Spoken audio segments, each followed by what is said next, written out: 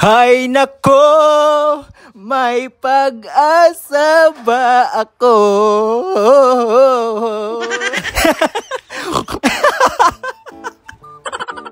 Grabe, inilabas talagang talent, no? Para hindi lang makopyright. Hello mga kagamsters! Kamusta kayo? Tara at samahan nyo akong pumunta sa SMX Convention Center in Manila. Dahil naimbitahan tayo sa 2 days event ng Expo Maritime Philippines 2024. At ang event na to ay ginanap nitong 11 to 12, 2024. At syempre dahil mga kagamsters, hindi ko hahayaan na hindi ko ma-share ang mga kaganapan dito. Kaya tara at samahan nyo akong kumain. Joke lang. Puro talaga pagkain mga gamsters, no?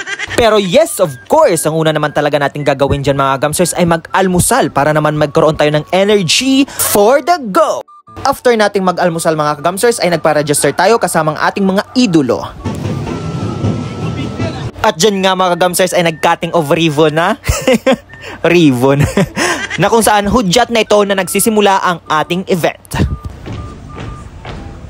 At para sa kaalaman ng lahat, ang title ng event na to ay Expo Maritime Philippines Cruise Travel Tourism and Maritime Careers Convention 2024. Na kung saan meron ditong mga exhibitors including government agencies, maritime training centers, and private sectors. At syempre, ang una nating dudumugin na booth ay ang may kape. Thank you po sa pagkape. Buti na lang sa ngayong panahon may libre pa. Of course, we are here to support the Expo. Because cruise ship industry in Aklan is a growing industry. Syempre because of Boracay. So every month may event no, in the beachfront. So gusto rin maibalik yung nightlife. Of course to our youth, the younger. Ayun no, kakasimula pa nga lang ng programa mga gamsters, sa unang araw ay marami na tayong nalaman, natutunan at may iba't ibang mga proyekto o mga advokasya na may layuning ikagaganda ng maritime industry, lalong-lalo na para sa ikauunlad ng bansang Pilipinas. What I'm doing is for you guys. I'm retired. What do I get out of that? And gusto ko pa bang retired na ako? Dami ko nagagalit sa akin. No, but I will not stop. Tama yan, sir. I will not stop till such time maintindihan nyo at gawin yung maayos ang buhay ng mga seaman. Minimum requirements is enough. Minimum training requirement is enough to be a seafarer. The rest will be done on board. Yes? At dyan nga mga gamsters ay nabigyan tayo ng pagkakataon para magpakilala kung sino nga ba si Macarius Gamster or kilalang Kagamster or Gamster. Hello mga gamsters! Kamusta kayo? Kaya maraming salamat sa mga taong nasa likod nitong programa at shoutout sa mga taong nandito o nakadalo sa 2 araw na programang ito. Maraming salamat sa inyong suporta. At syempre, hindi mawawala ang mga kalokohan. Ano meron sa Thailand?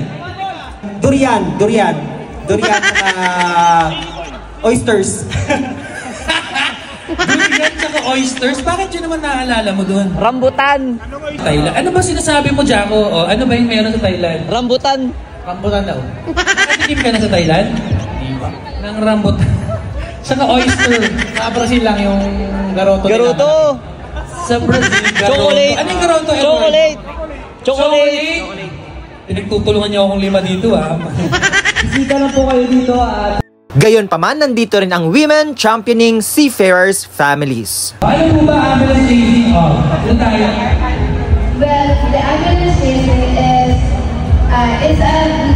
a blind solicitation in which lawyer injured people which employ the lawyer to represent them. So which means, ito yung mga employee na lumalabag sa maritime law natin. Instead na 10% lang ang dapat na compensation sa kanila.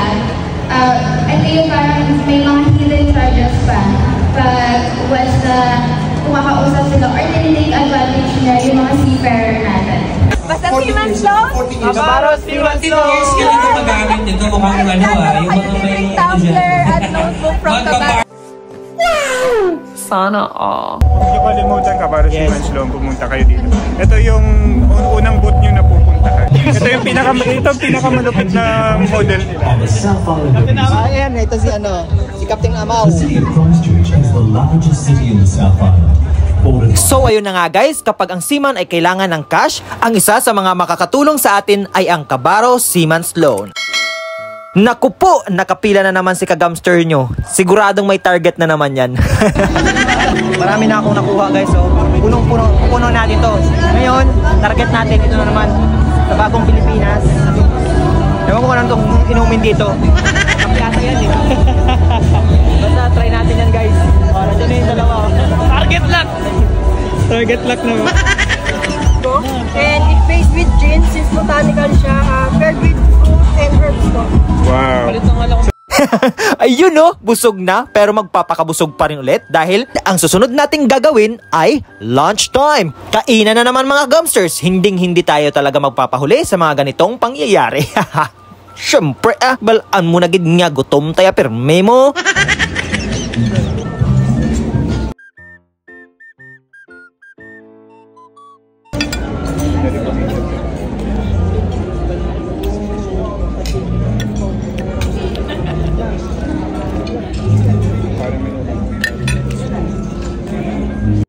Oh, hala. Grabe, may target na naman bago lang gani katapos kaon pa. Pero sige lang timing man dahil busog na busog tayo sa ating kinain. Alam nyo naman mga kagamsters, hindi mga healthy foods ang mga naipasok natin sa katawan. Kaya dito natin bawiin sa barley.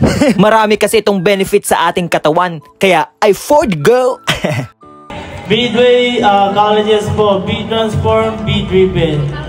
Be transformed, be driven. Wow, talaga sa Dagohan sa ramak po. Thank you, sir. Thank you. Maraming salamat. Sobrang ganda nga ng event na to mga gumsters dahil nabigyan rin ng opportunity or chance na magkaroon ng company ang mga cadets at iba pang mga aplikante depending on their course.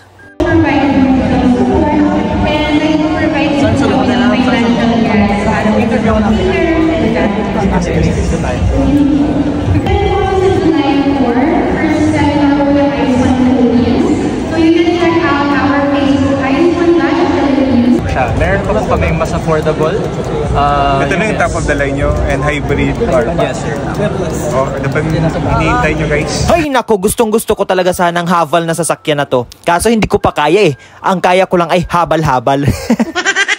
Kaya iwan muna natin yan mga kagumsters at tumungo tayo dito sa Midway Colleges para paikutin ang kanilang ruleta. Uy, sa nanalo.